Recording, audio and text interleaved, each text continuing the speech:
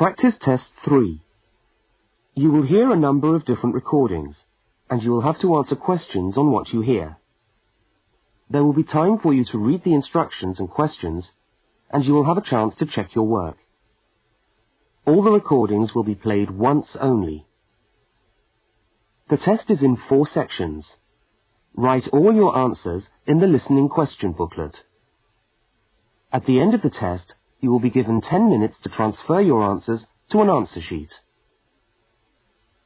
Now turn to section 1 of your question booklet.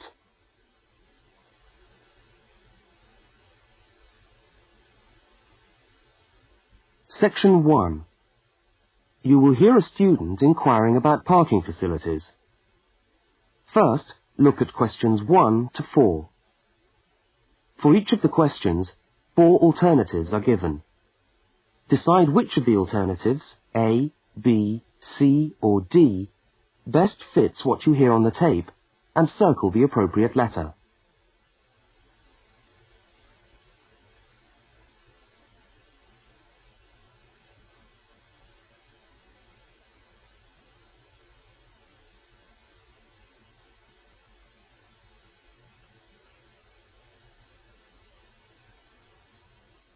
You will see that there is an example which has been done for you.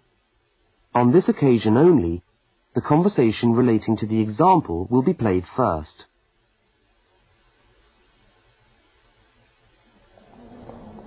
How do you come to the university each day? Train or bus, or do you have a car? Oh, I always walk. I haven't got a car, and anyway, I live quite close.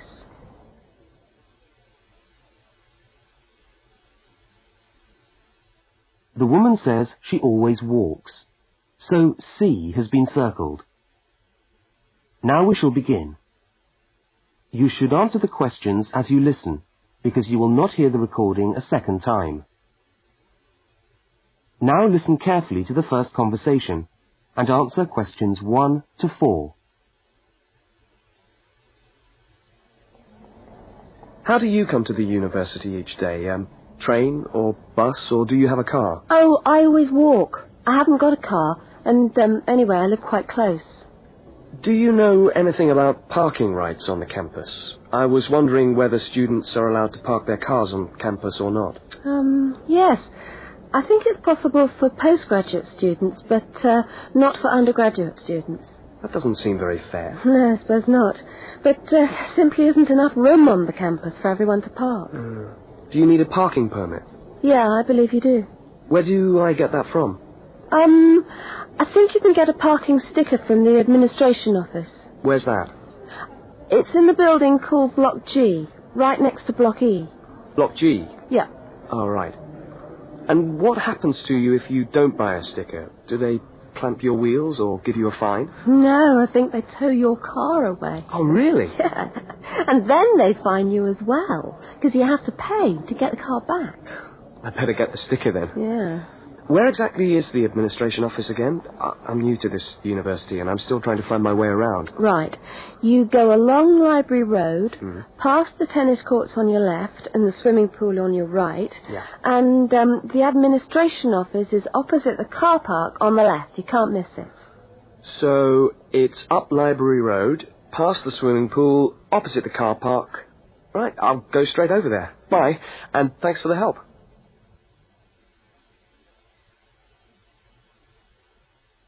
Now you have some time to look at questions 5 to 12.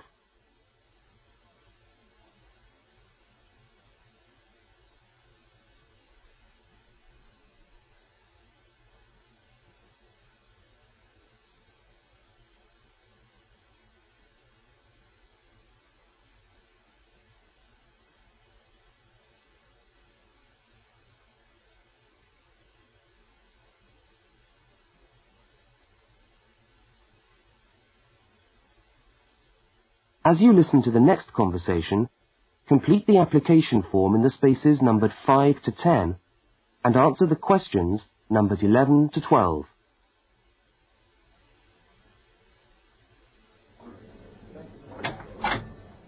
Good morning. Can I help you? Yes, I was told to come over here to get a parking sticker. Is this the right place? Yes, it is. Are you a postgraduate student? Yes, I am. Okay. Well, I'll just need to take some details. Your name? Richard Lee. That's spelt L-E-E. Richard Lee. And the address? Flat 13, 30 Enmore Road. How do you spell Enmore? Oh, E-N-M-O-R-E. And that's in the suburb of Newport. N-E-W-P-O-R-T. Mm-hmm. Faculty? I beg your pardon? Which faculty are you in? Oh, architecture, the Faculty of Architecture. Right. And the registration number of your car? Let me see. LXJ50... Oh, no, sorry. I always get that wrong. It's LJX058K.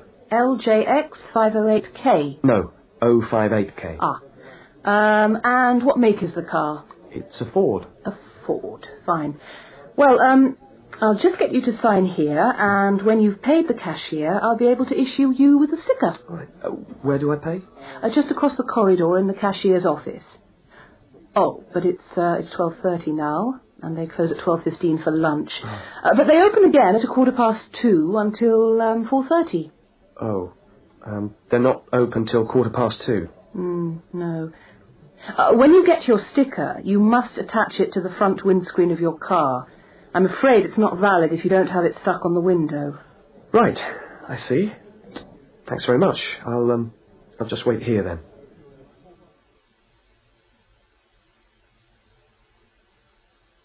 That is the end of section 1. You now have half a minute to check your answers.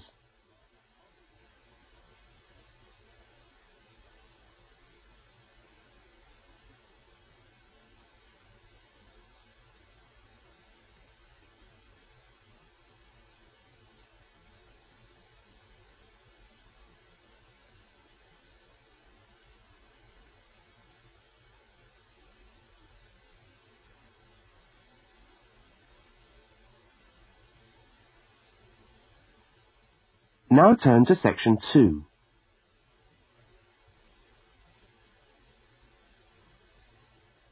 Section 2. You will hear a talk given by a guide showing a group of people round a museum. First, you have some time to look at questions 13 to 18.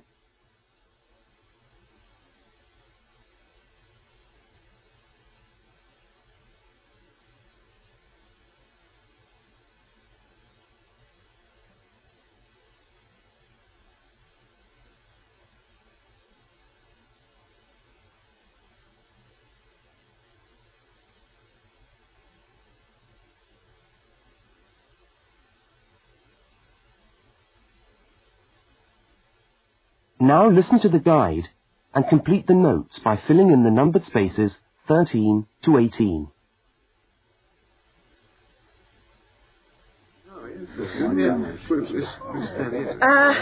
Good morning, everyone, and welcome to the Maritime Museum. Now, before we commence our tour, I'd just like to tell you a little bit about the history of the museum. As you can see, it's a very modern building, built in the postmodern style, and it was in fact opened by the Prime Minister of Australia in November 1991. It's been designed with a nautical flavour in mind, to remind us of our links with the sea.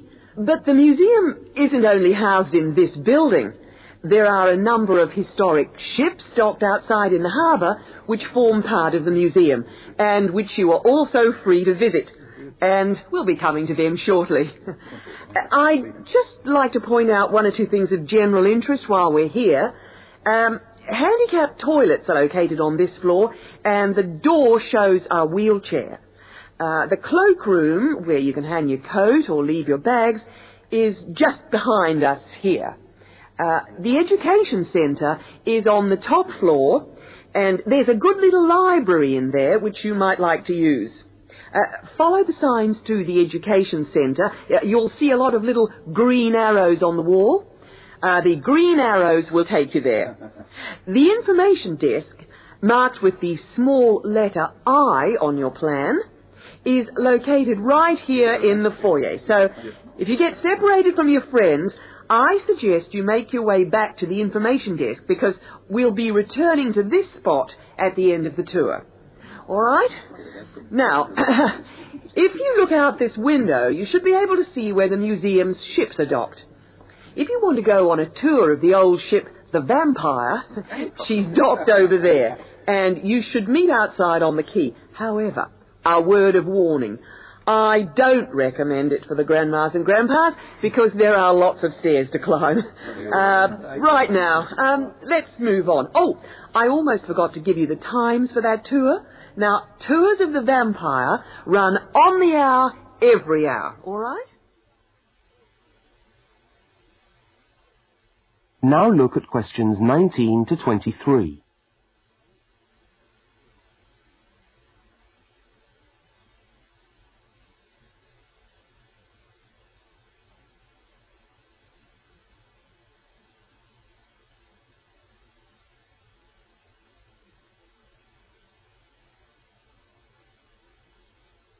As you listen to the rest of the talk, complete the notes in the numbered spaces 19 to 23.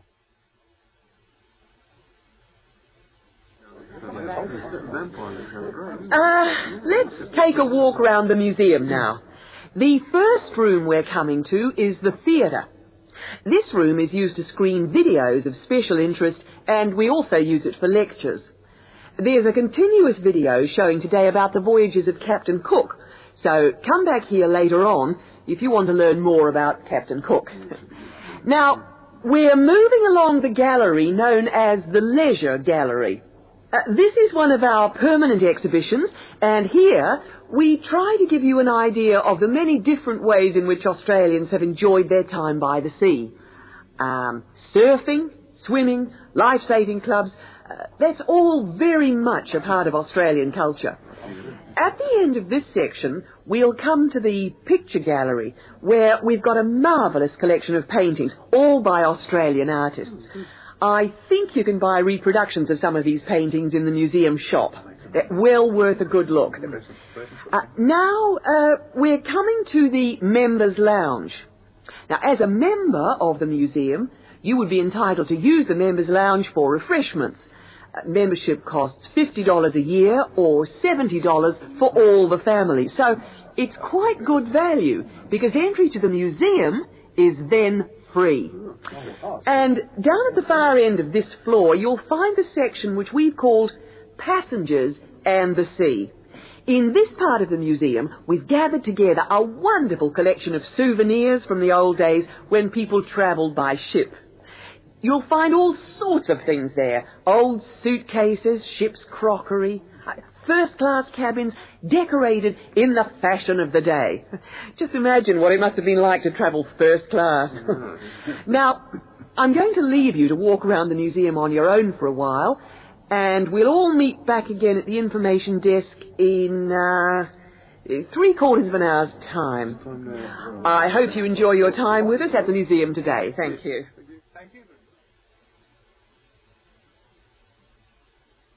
That is the end of section 2.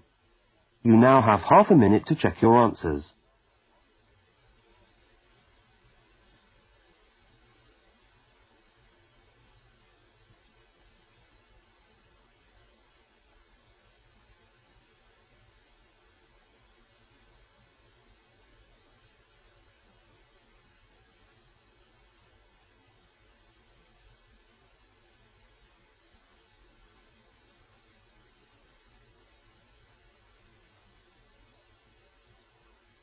Now turn to section 3.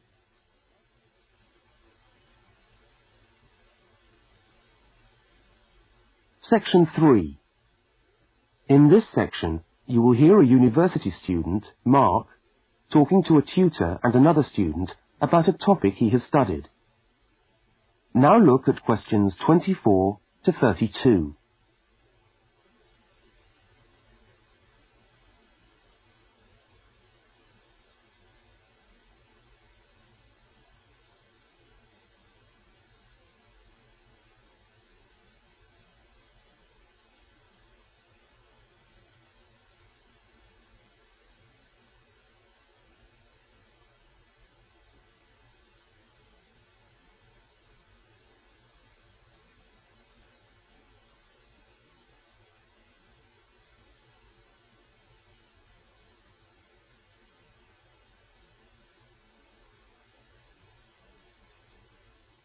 Now listen to the conversation and answer questions 24 to 32. Okay, everybody. Good morning. Good morning. It's Mark's turn to talk to us today. So, Mark, I'll ask you to get straight down to business. All right. Now, following on from what we were discussing last week in Susan's tutorial on approaches to marketing, you were going to give us a quick rundown on a new strategy for pricing, which is now being used by many large companies, known as revenue management, before we go on to your actual tutorial paper on sales targets. Is that correct? Yeah, okay, well... So, what exactly is revenue management? Well, it's a way of managing your pricing by treating things like airline tickets and hotel rooms rather more as if they were perishable goods. Yeah, I just tried to book a ticket yesterday for Perth, and would you believe there are 3 different prices for the flight? Right, and what was the rationale for that? Well, the travel agent said it depended on when you book and the length of the stay. Like, it's cheap if you stay away for a Saturday night, presumably because this isn't business travel, and even cheaper if you buy a ticket where you can't get a refund if you have to cancel. In that case, the ticket costs about half the price. You wouldn't think it would make that much difference, would you? Well, it does, and that's basically because the airlines are now treating their seats like a commodity. You see, if you want a seat today, then you pay far more for it than if you want it in 3 weeks' time. That seems rather unfair. Well, not really. When you think about it, that's just common sense, isn't it? Well, I suppose so. What this actually means is that in the same row of seats on the same flight, you could have 3 people who have all paid a different price for their tickets. And is this just happening in Australia? No, it's the same all over the world. Airlines are able to market a seat as a perishable product with different values at different stages of its life. Well, like mangoes or apples at the market. Yeah, it's exactly like that. The fact is that the companies are not actually interested in selling you a cheap flight. They're interested in selling the seats and flying airplanes that are full. Mark, why do you think revenue management has come about? Well, as far as I can see, there are 2 basic reasons. Firstly, because the law has been changed to allow the companies to do this. You see, in the past, they didn't have the right to keep changing the prices of the tickets. And secondly, we now have very powerful computer programs to do the calculations, and so the prices can be changed at a moment's notice. So you mean 10 minutes could be critical when you're buying a plane ticket? Absolutely. That's right. Yeah. And I understand we've almost reached the stage where these computer programs that the airlines are using will eventually be available to consumers to find the best deals for their travel plans from their home computer. Heavens, what a thought. So the travel agent could easily become a thing of the past if you could book your airline tickets from home. Are there any other industries using this system, or is it restricted to the airline business? No, many of the big hotel groups are doing it now. That's why the price of a bed in a hotel can also vary so much, depending on when and where you book it. It's all a bit of a gamble, really. Yeah, and hire car companies are also using revenue management to set their tariffs, because they're also dealing with a commodity, if you like. So the cost of hiring a car will depend on demand. Well, thank you, Mark, for that overview. That No was trouble. well researched. Now, let's get on with your main topic for today. That is the end of section 3. You now have half a minute to check your answers.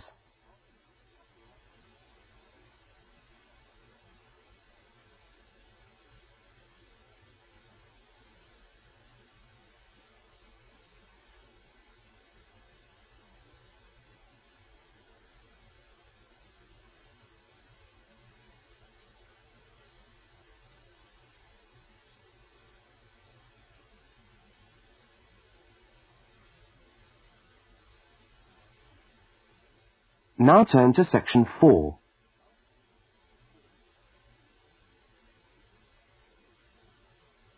Section 4. You are going to hear a short talk on space management in supermarkets. First, you have some time to look at questions 33 to 37.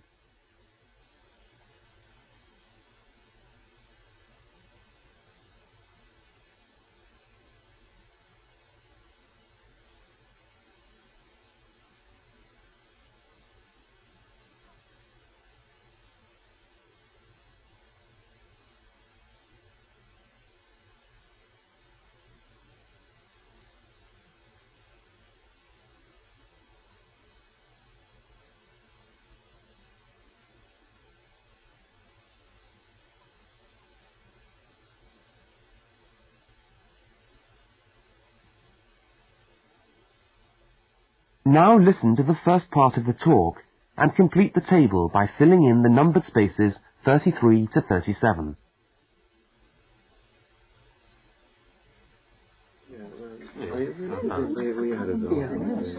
Good morning. Welcome to this talk on space management. And today I'm going to look particularly at space management in the supermarket. Now, since the time supermarkets began, marketing consultants like us have been gathering information about customers' shopping habits. To date, various research methods have been used to help promote the sales of supermarket products.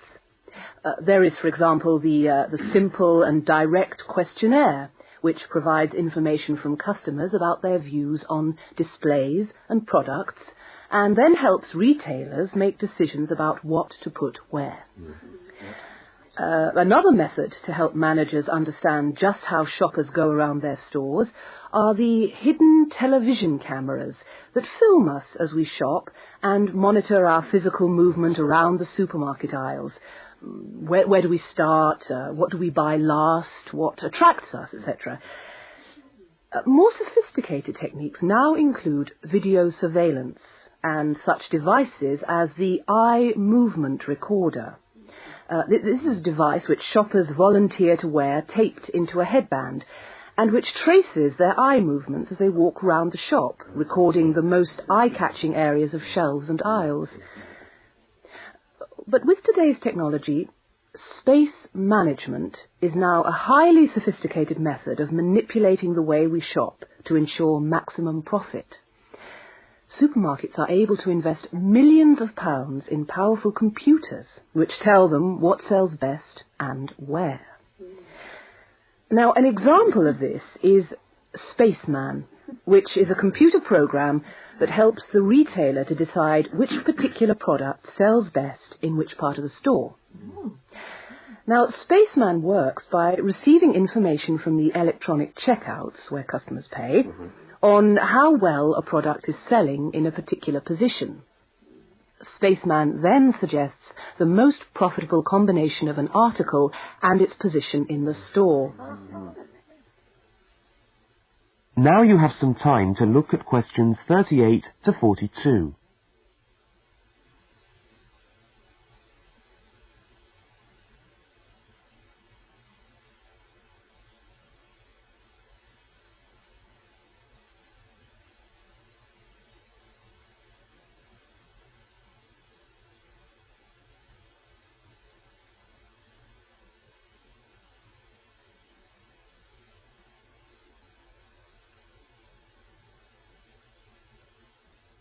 As you listen to the rest of the talk, label the diagram by filling in the numbered spaces 38 to 42.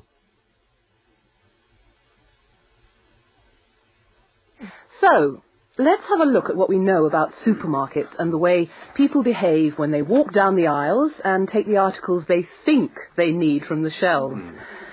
Now, here's a diagram of one supermarket aisle and 2 rows of shelves. Here's the entrance at the top left-hand corner. Now, products placed here at the beginning of aisles don't sell well. In tests, secret fixed cameras have filmed shoppers' movements around a store over a 7-day period. When the film is speeded up, it clearly shows that we walk straight past these areas on our way to the centre of an aisle. Items placed here just don't attract people. When we finally stop at the centre of an aisle, we pause and take stock, casting our eyes along the length of it. Now, products displayed here sell well and do even better if they're placed at eye level so that the customer's eyes hit upon them instantly. Products here are snapped up, and manufacturers pay a lot for these shelf areas, which are known in the trade as hotspots. Naturally, everyone wants their products to be in a hotspot.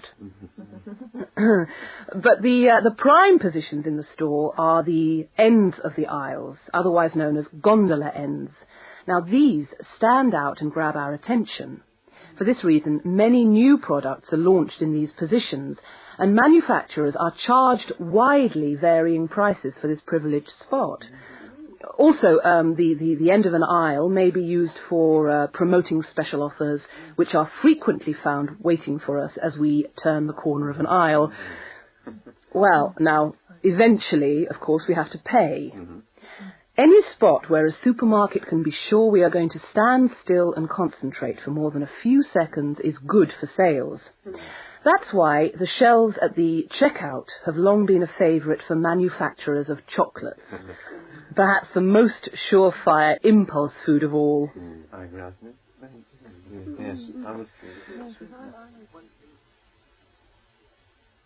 That is the end of section 4. You now have half a minute to check your answers.